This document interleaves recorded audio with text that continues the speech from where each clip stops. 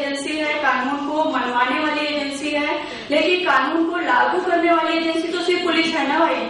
वो तो जनता के साथ में सीधा काम करती है। अब अगर वही वीआईपीज की सिक्योरिटी और पॉलिटिशियंस की सिक्योरिटी में लगी होगी तो क्या काम होगा। तो एक तो ये बहुत जरूरी है कि उस सिक्योरिटी को विड्रॉ करें। अगर उन लोगों को सिक्योरिटी की जरूरत है तो वो लोग अपना इंटर डिपार्टमेंटल सिक्योरिटी या पर्सनल एक्सपेंसेस में क्रिएट करें। तो पुलिस की जो पूरी सिस्टम है उसको कहीं पे जो है सीधा जनता के साथ में जोड़ा जाए। कि मेरे मन में बात शुरू से रही है जो मैं कहना चाहती थी और आज मुझे मौका मिला। दूसरा ये है कि पुलिस में हमेशा से जब हम बात करते हैं कि ऐसा क्या है कि पुलिस हमेशा जो है गलत ढंग से बात करती है, रूडली बात करती है, थानों में लेजी पड़े होते हैं, आधे कपड़े पहन के, इवन हाफ पैंट पहन के भी पुलिस वाले कचरे बनियान में बैठे होते हैं। जब औरतें सडनली दोपहर में, हम लोग भी जाते हैं कई बार फील्ड में और अर्जेंसीज में हमें जरूरत पड़ती है तो ऐसा क्या है कि ये क्यों होता है कि पुलिस ऑन ड्यूटी इतनी लेजी कैसे हो सकती है। तो जब हम लोगों ने कई सेंसिटाइज ट्रेनिंग की और उनसे बात किया तो उन्होंने हमेशा एक हवाला दिया कि हमारे पास इतना वर्कलोड होता है, हम लोग इतना अंडर प्रेशर काम करते हैं कि मैडम थोड़ा सुस्ताने का टाइम में जहां भी मिलता है हम वैसे सुस्ता देते हैं। तो मुझे लगता है कि पुलिस के भी लेबर राइट्स होते हैं और वो भी उनको भी अगर 6 और 8 घंटे की ड्यूटी के बाद प्रॉपर आराम मिले तो शायद वो बेचारे अच्छे से काम कर पाएंगे। एक तो ये इस चीज पर ध्यान दिया जाना चाहिए। अमू जी यहाँ पर हैं, मेरी बात पर गौर कर सकते हैं। दूसरा ये कि पुलिस को राजनीति से बिल्कुल अलग हटाना बहुत जरूरी है। पुलिस के ऊपर पूरा पुलिस सिस्टम पर जो राजनेताओं का कब्जा है कि वो जैसा बोलते हैं, कोई भी क्रिमिनल को पकड़ के लेके भी आए। हमारे सामने ही पिछली बार ऐसा हुआ है कि उन्होंने कल्प्रिट को पकड़ लिया, बैठा लिया और ऊपर से किसी का फोन आया, उसी लाइफ का छोटा मोटा सा भी राजनेता होगा, उसने फोन उठा के कर दिया, वो थोड़ी देर में शादी भी छोड़ दिया और वो औरत जो है अपने लिए न्याय मांग रही है और वो जो कल्प्रिट है उसको थोड़ी देर बाद एक गली में घूमता हुआ नजर आएगा। तो ये चीजों, ये प्रैक्टिकल चीजें हैं जिन पर शायद पुलिस के अपने सिस्टम में काम करने की जरूरत है। बाहर से कोई नया लॉ रिफॉर्म या पुलिस रिफॉर्म लाने की उतनी बड़ी जरूरत नहीं है क्योंकि वो इंटर डिपार्टमेंटल प्रॉब्लम है और एटीट्यूड्स की प्रॉब्लम है। कुछ चीजें हैं जो हम लोग आपस में बात करते रहते हैं कि बेहतर पुलिसिंग के लिए क्या करें। तो एक पीछे सुशील सर के साथ मीटिंग हो रही थी तब ये बात भी रखी गई थी कि जो जैसे जन सहभागिता की बात हम कर रहे थे तो जो जमीनी स्तर पर जो ग्रुप्स काम कर रहे हैं, जो RWAs हैं या दूसरे जो संगठन है वहाँ पे नागरिक संगठन, उनके साथ में पुलिस का डायरेक्ट जो है एक नेटवर्किंग टाइप का होना चाहिए जिसके तहत जो है वो ठीक से अपना,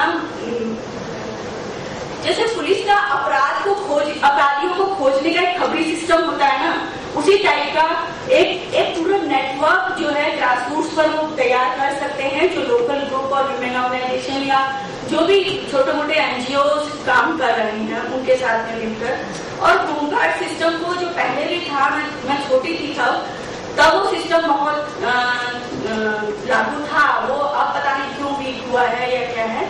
अगर उसको हम फिर से शुरू करें, जो आजकल लोकेलिटीज में चौकीदार ऐसी ही लोकेलिटीज के RWAs क्रिएट कर लेते हैं, पोस्ट क्रिएट कर लेते हैं, उनको तैनात करते हैं, उसके बजाय बेहतर हो कि पुलिस के पूरे नेटवर्क के तहत वो एक होमगार्ड सिस्टम हो तो जिसके तहत वो उनके साथ डायरेक्ट लिंक में निगरानी के तहत काम करें और वो पूरा सिस्टमेटिक वे हो।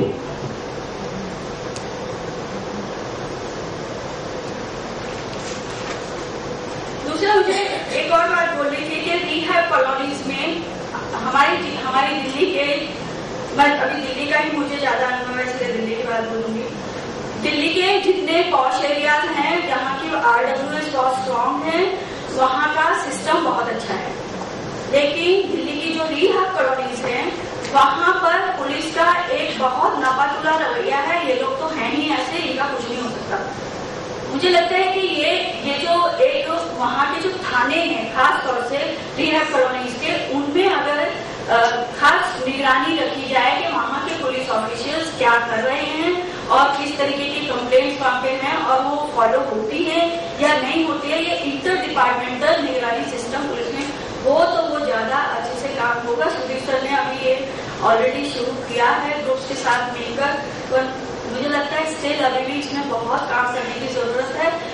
कंप्लेंट्स हम जागोरी, मदनपुर खादर, बवाना एरिया में काम करता है और वहाँ पर हम जो कार्यकर्ता लोग हैं लगातार जब इंटरवेंशन होते हैं महिलाओं के साथ तो हमारे अनुभव बिल्कुल उल्टे हैं। महिलाएं वहाँ पर तमाम FIR होने के बावजूद, ACP DCP के पास कंप्लेंट होने के बावजूद, इवन सुधीर यादव जी के तहत जो नेटवर्किंग में काम हो रहा है, बातचीत हो रही है, उसके तहत कमिश्नर लेवल तक कंप्लेंट्स होने के बावजूद महिलाओं को लोकल लेवल पर कोई जो है न्याय एसेस नहीं मिल रहा है, क्योंकि वो केस अल्टीमेटली जिस आईओ के पास होता है उसके तो काम पे जून ही रखती। उसको तो लगता है कि मैं तो बादशाह हूँ, मैं बड़ा हाथ खोज के, तो हमको क्या जरूरत है इधर उधर घूमने की। तब मैडम जो है या जो महिला समूह की महिलाएं हैं वो बताएंगी कि ये बंदा यहाँ पर है और वो उस जब तक कि वो वहां पहुंचेंगे तब तक वो बंदा गायब हो चुका होगा। तो आपके पास लॉ भी है, लॉ इम्प्लीमेंटेशन एजेंसी भी है, लेकिन जज्बा नहीं है। तो ये बहुत जरूरी है कि वो कैसे क्रिएट किया जाए। मैं ये नहीं कह रही कि पुलिस बिल्कुल ही खराब है, पुलिस ना होती तो शायद हम लोग जिंदा भी नहीं होते, ये भी एक बहुत बड़ा सच है। मगर कुछ एक प्रैक्टिकल चीजें हैं जिन पर काम करने की सख्त जरूरत है और उस पर ध्यान दिया जाना चाहिए। दूसरा, हमारा एक बहुत कड़वा अनुभव है, मुझे यहाँ जो भी पुलिस ऑफिसर्स बैठे हैं माफ करें, लेकिन ये बहुत कड़वी सच्चाई है कि थानों में शाम के होते ही हम खुद महिलाओं को मना करते हैं कि वो थानों में ना जाएं, क्योंकि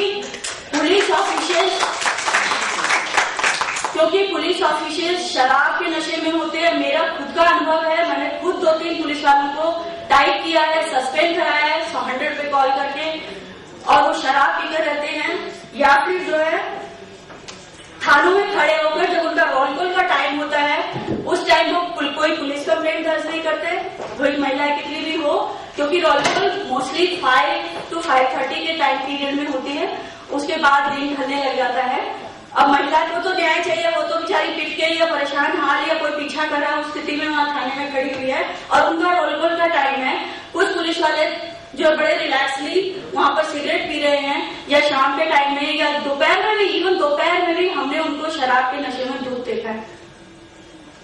और एक पुलिस वाले ने खुद मेरी गाड़ी को ठोका पीछे से और मैंने उसको पूछा भाई क्या प्रॉब्लम है, और वो बात करने के बजाय सॉरी मैडम करके भाग गया, क्योंकि वो उस वक्त नशे में था। मैंने बाइक नंबर नोट किया, फिर मैंने वहां कंप्लेंट लगाई उसकी। मुझे नहीं पता आज तक उसका क्या हुआ, मैंने भी फॉलो अप नहीं किया, क्योंकि मैं काम करूं या पुलिस के पीछे भागूं। तो ये सब चीजें हैं, ये पूरे सिस्टम, पुलिस के लिए कानून की कमी नहीं है, पुलिस के लिए इंफ्रास्ट्रक्चर की प्रॉब्लम नहीं है, पुलिस के लिए अगर दिक्कत है तो वो इंटर डिपार्टमेंटल जो करप्शन है, इंटर डिपार्टमेंटल जो सिस्टम में प्रॉब्लम्स है, हायरार्की वाइज वो दिक्कत है, और जज्बे की कमी है। और वो जज्बे पे तो एनजीओ लगे हुए हैं पीछे पुलिस डिपार्टमेंट के, सुधीर जी के साथ में हम सब मिलकर एक एक्टिविस्ट की तरह काम कर रहे हैं। तो उससे तो मुझे उम्मीद है कि शायद कुछ होगा, अच्छा रिजल्ट निकलेगा। लेकिन इन 2 चीजों के लिए क्या करना है ये तो अब आप लोगों के सामने मैंने अपनी बात रखी है, गलती के लिए माफ। Speaking on, he works closely with the police, which is the role of police and other stakeholders. So I would also like to look at other stakeholders, has been said on police. So I will talk about how we look at the position of police when we talk about sexual offences. And then also I want to make a special mention about lawmakers, right? Because a lot of trouble has come from lawmakers. POCSO Act is here. I will comment on that. And then I would not want to stare at your civil society and movements. And of course, then I will come back to society. And these will be my views based on my experiences of working with possibly every stakeholder, police, victims. I am myself a lawyer. I will also not stare myself.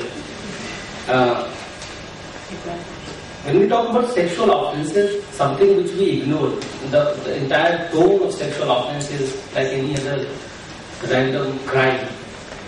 We tend to forget that in India, when we talk about sexual offences, these sexual offences are political. If you look into the details, they are committed. If you look into the context of families and societies, we have to look at these offences as political offences. And if you remember that feminist quote, that personal is political, right? So when a person is a lady subjected to violence, or a rape is committed, or even something on the table when you talk to your wife, there is a political undertone in every act. So let us not lose sight of that the sexual offences are political and our response has to be political. Otherwise, we keep talking small details, registration of FIR. Registration of FIR you cannot exclusively attribute to sexual offences. Registration of FIR is something which is the most difficult thing in the country. If you go to the Supreme Court, says okay, every case has to be registered, right? But then the most difficult thing is to get FIR registered because Supreme Court says contrary also. So if you look at Supreme Court said in one judgment every incident has to be reported. But when Supreme Court is dealing with some other subject, says no, a judicial officer has to exercise some level of discretion before converting a complaint into FIR. Because FIR may have result on the person may get arrested also. So what does a police officer do? There is a clear guideline to register FIR.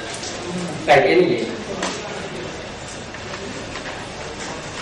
What I have noticed, I will start with police and then I will move on to other things. But what I have noticed in the police, the fact is that our police still have a colonial hangover. So the culture is power, suppression, control. That was the purpose the police was created. If you look at I go to High Court, right? And I always wonder what this police person does when he puts a sticker on the car. I was driving with my friend, there was a computer inside. The police officers, they don't look at it. So I asked my friend, why these police officers don't look at inside the car? I may carry a bomb. Then he explained that you don't understand. The police still have the colonial mindset and they think by their mere presence, the criminals won't come. So the fact that they are standing, the criminals won't come. If you go to the railway station, there is a machine. People are going inside, outside, this beep, red, blue, green. Nobody knows what is happening. Right?